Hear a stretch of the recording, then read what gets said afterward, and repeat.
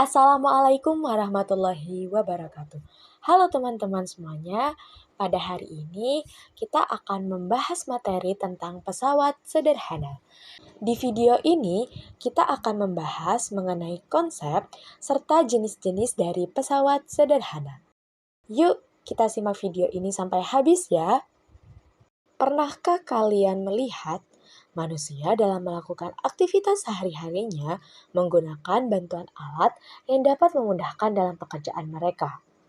Ya, pada saat kita melakukan aktivitas, kita selalu berupaya agar dapat melakukan usaha dengan mudah. Oleh karena itu, kita membutuhkan alat bantu atau pesawat sederhana untuk membantu melakukan aktivitas. Jadi, apa itu pesawat sederhana?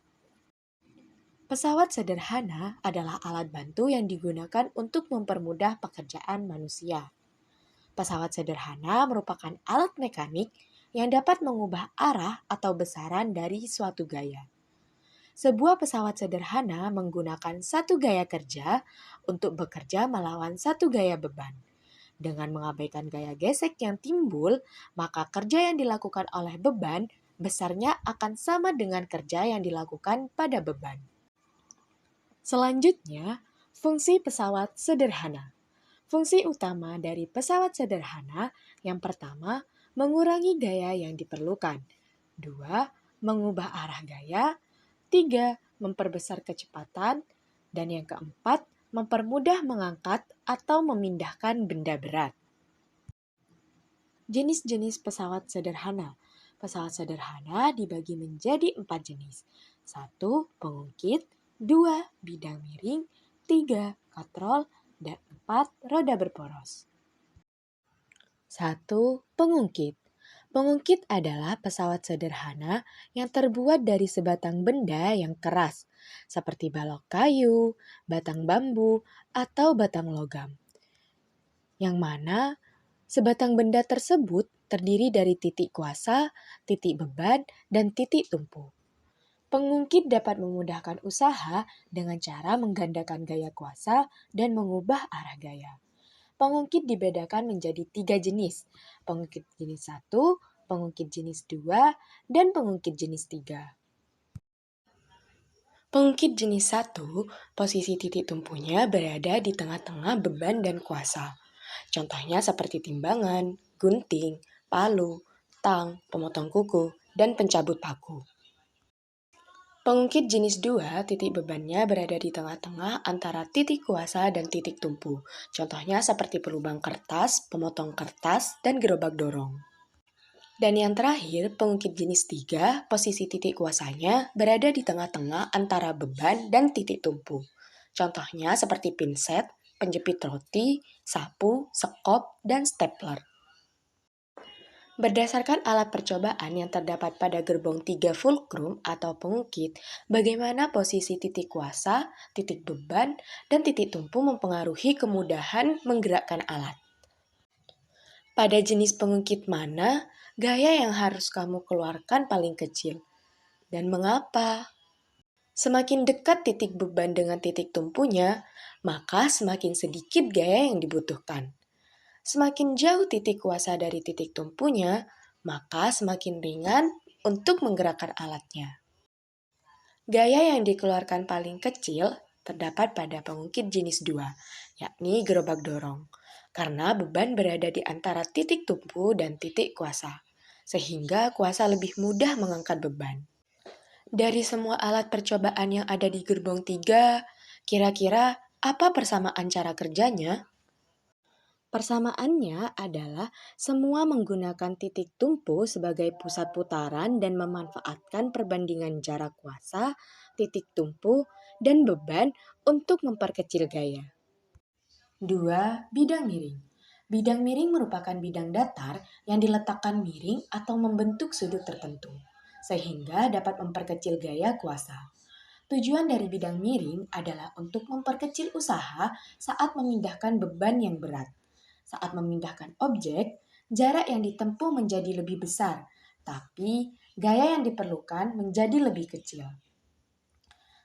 Semakin landai bidang miring, gaya yang diberikan semakin kecil, Sebaliknya, semakin curam bidang miring, gayanya semakin besar.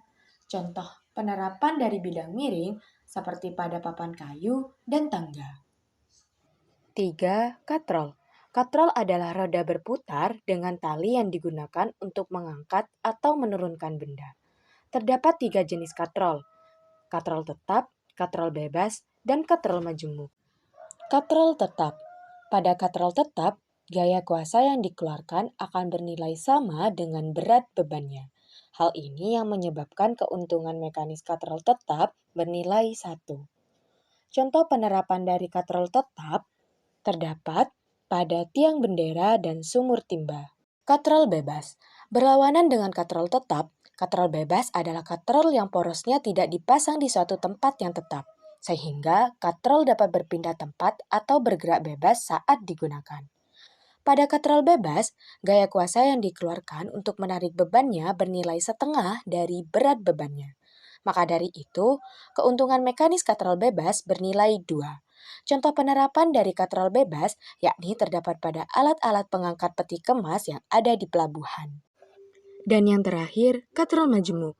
Katrol majemuk merupakan gabungan dari katrol tetap dan katrol bebas. Coba kamu perhatikan gambar berikut.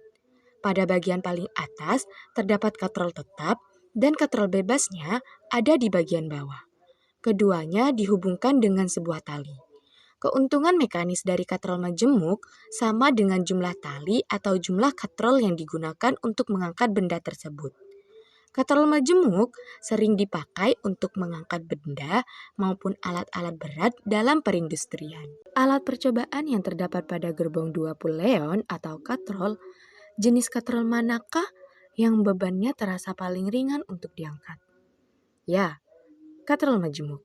Karena katrol majemuk membagi gaya, sehingga gaya yang diperlukan lebih kecil dibanding katrol tetap ataupun katrol bebas. Selanjutnya, bagaimana katrol membantu mengubah arah gaya saat kita menarik tali? Jawabannya, katrol tetap mengubah arah gaya.